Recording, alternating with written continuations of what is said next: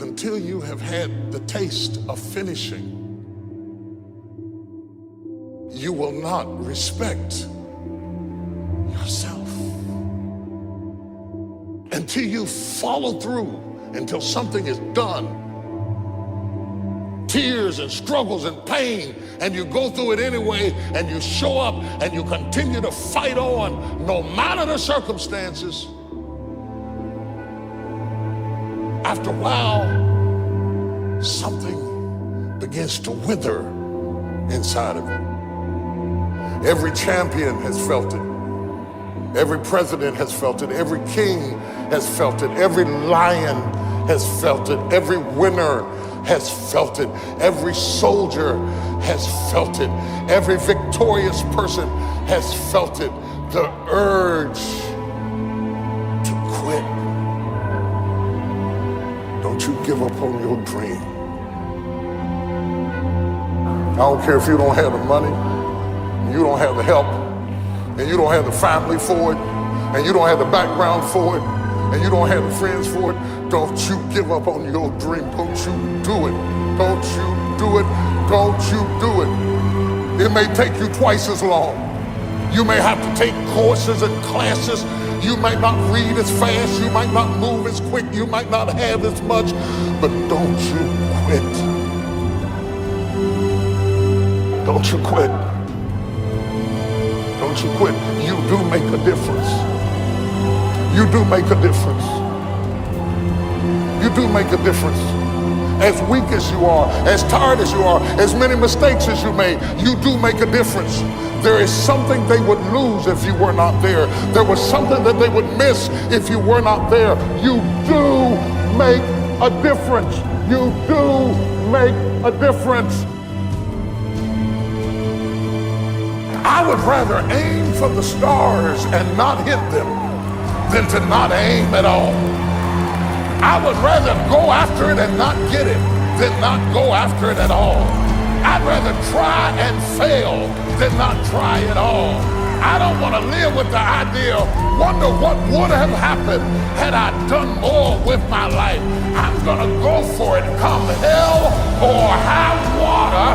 I'm going after my destiny. I lost a lot of stuff. I lost a lot of friends. I lost a lot of strength. I lost a lot of courage. I lost a lot of time. I lost a lot of money, but I was still believing. Broke, I was believing. Lonely, I was believing. Betrayed, I was believing.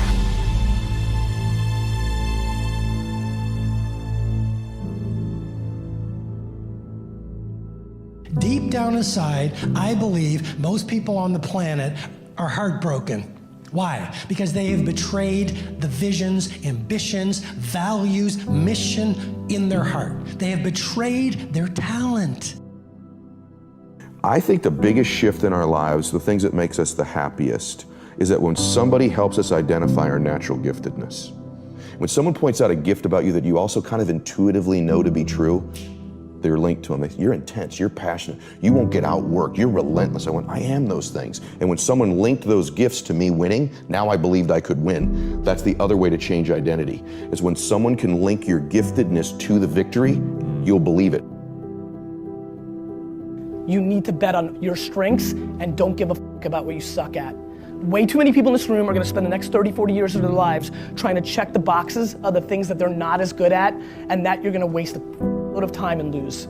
I highly recommend auditing yourself, or if you have no empathy or EQ or self-awareness, then find somebody in your family or friendship that does, and let them tell you who you are. And once you believe that, either for yourself or someone else told you, go directly, all chips, all into that, because that is the only possible way, in my opinion, watching from the outside, that is a very highly likely way of over-indexing. Because the truth is, if you want to be an anomaly, you've got to act like one. People will respect you for going out there and trying your hardest. It's not how you actually perform that earns you the respect of your peers. It's the fact that you went out and actually did it. That's the difference. You don't know what you can take until the pressure is applied to your life. You don't know what you can endure until people stab you in the back and walk away from you. You don't know how much courage you have until you've been under fire and under struggle and under tribulation. You can't learn what's in you sitting back in a lazy boy chair hitting the remote control watching HBO and Cinemax. But when all hell breaks loose,